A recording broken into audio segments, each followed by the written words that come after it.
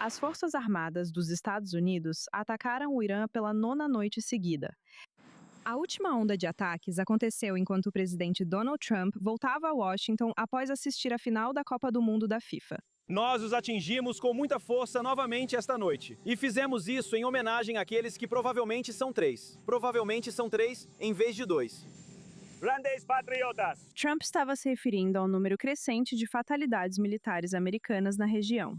O CENTCOM informou ter achado restos mortais não identificados ao buscar uma soldada americana desaparecida após o ataque iraniano com mísseis balísticos na Jordânia na sexta, que matou outros 2 soldados americanos. Os militares também confirmaram que uma militar americana foi morta no norte do Iraque no sábado, durante uma detonação controlada de destroços de um drone iraniano abatido. O Comando Central dos Estados Unidos afirma que seus últimos ataques atingiram alvos militares na costa sul do Irã, para diminuir a capacidade de Teherã de ameaçar a navegação no Estreito de Hormuz. A mídia iraniana também relatou ataques mais para o interior do país, incluindo na cidade de Tabriz, no noroeste. A Guarda Revolucionária do Irã respondeu atacando o Bahrein e o Kuwait. O secretário de Estado dos Estados Unidos, Marco Rubio, disse que a liderança do Irã gastou seus recursos financiando grupos armados em toda a região, em vez de investir em seu próprio povo. E um dos motivos pelos quais o Irã está em ruínas é que é um país rico. O Irã é um país rico. Um dos motivos pelos quais o Irã está em ruínas é porque cada centavo que esse regime consegue, seja por alívio de sanções ou pelo petróleo que conseguem exportar, eles investem no Hezbollah, eles investem no Hamas. Eles gastaram bilhões apoiando milícias no Iraque, o Hezbollah e o Hamas. Deveriam usar esse dinheiro para ajudar o povo do Irã. Apesar das trocas militares contínuas, o Irã afirma que os contatos diplomáticos indiretos com os Estados Unidos, por meio de mediadores regionais, continuam em andamento. Nos últimos dias, o aparato diplomático permaneceu ativo e recebemos ideias de alguns dos mediadores. No estúdio comigo, Ariel Ozeran, correspondente sênior do Oriente Médio da E24 News English. Ariel, você pode nos atualizar sobre a última hora? Sirene soando novamente no Bahrein pela enésima vez só hoje. O que estamos vendo acontecer no Golfo neste momento? Sim, estamos falando sobre o 6º alerta de sirene. A 6ª vez que as sirenes soaram no Bahrein nas últimas 24 horas. Esta última...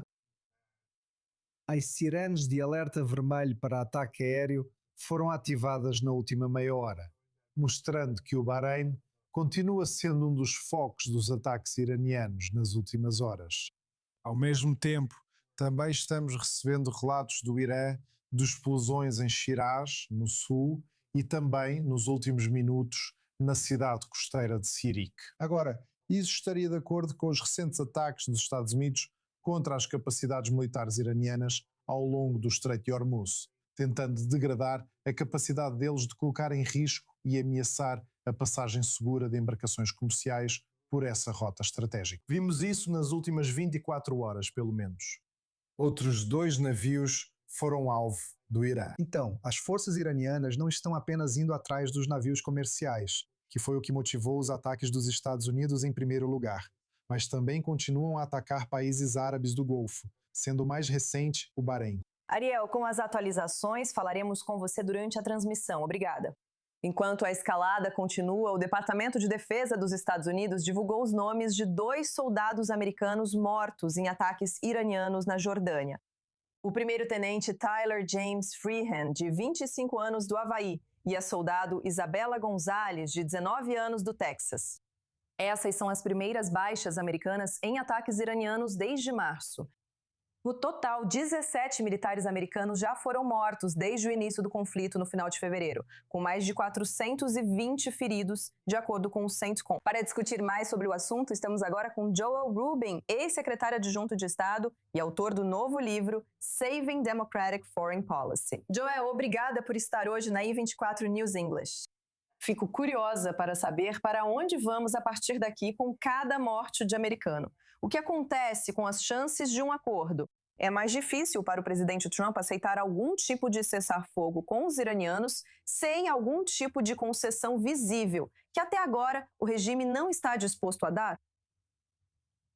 Sim, Nicole, é um prazer estar com você e obrigado por mencionar os nomes daqueles que foram mortos em ação. É um momento sombrio para os americanos verem nossos militares mortos em ação nesse conflito no Oriente Médio, que neste momento, para ser bem franco, está sendo provocado pelos iranianos. E acho que precisamos ser muito claros quando se trata de diplomacia e do que vem a seguir. O Irã basicamente conseguiu tudo e mais um pouco do que poderia querer naquele memorando de entendimento negociado com o vice-presidente Vance.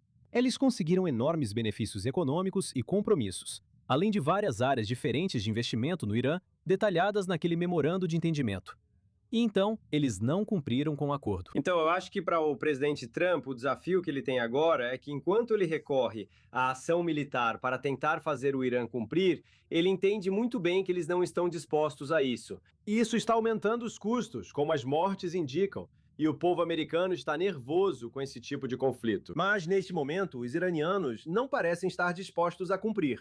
E é por isso que voltamos à fase militar. Muito disso tudo gira em torno do Estreito de Hormuz. É por isso que esse memorando de entendimento fracassou desde o início, pelo fato de o Irã se recusar a deixar navios passarem pelo Estreito de Hormuz. Enquanto Washington mantém a operação, como proteger suas tropas e reabrir o Estreito de Hormuz sem se envolver em uma guerra prolongada que, por hora, nenhum lado parece querer?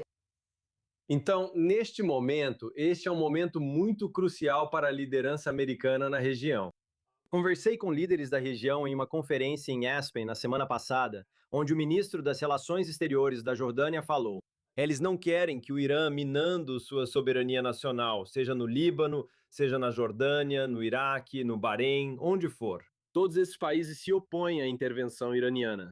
Então, para nós, os Estados Unidos, essa é uma oportunidade de mostrar novamente a esses aliados que estamos ao lado deles, como podemos apoiá-los na defesa antimísseis, assim como atacar os alvos que foram a origem dos ataques contra eles.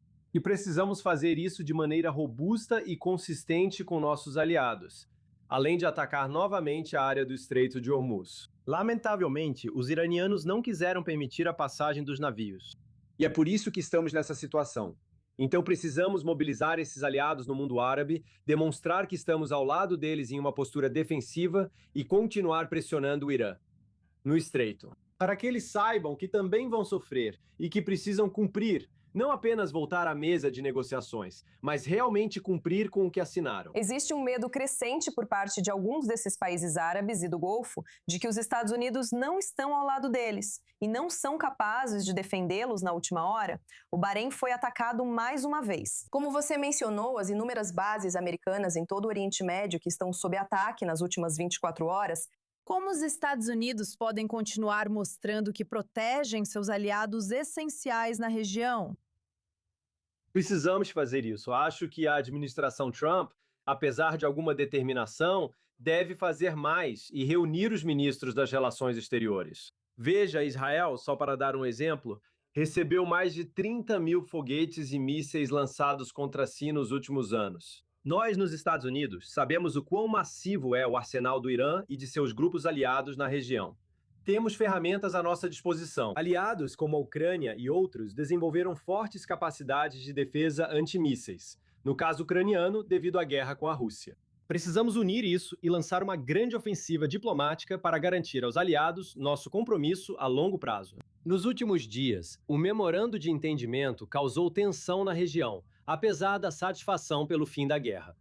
Eles estavam incertos sobre a liderança americana. Esta é outra chance para o secretário Rubin mostrar aos aliados árabes que estamos com eles, agindo juntos e mostrando liderança. Se não fizermos isso, temo que vamos ficar presos nessa dinâmica, com o Irã continuando a pressionar a região sem uma resposta clara. Nossos aliados devem estar conosco e precisamos mobilizá-los totalmente. De fato, um momento crucial na região. Joel, se o Irã continuar atacando bases dos Estados Unidos, qual é o próximo degrau nessa escalada, por assim dizer, que Washington ainda não usou? O que você acha que pode acontecer nas próximas 24 a 48 horas? Sim, vou responder isso de duas formas. Primeiro, a dinâmica de Washington com o retorno do Congresso nesta semana. Houve uma resolução dos poderes de guerra que passou pela Câmara pedindo que os Estados Unidos encerrassem sua ação militar lá. e isso será votado no Senado em alguns dias. E isso vai pressionar o presidente Trump a não escalar o conflito, a não colocar tropas em solo. Então, por enquanto, continuará sendo uma guerra aérea, continuará vindo do mar. Pode ser que existam meios mais contundentes que possamos empregar, com armamentos mais agressivos e cenários de bombardeio, mas nada em solo neste momento. Não há interesse por isso agora, politicamente, nos Estados Unidos. Joe Rubin, ótimo ter você na i24 News English. Obrigada por compartilhar sua visão. Obrigado a todos.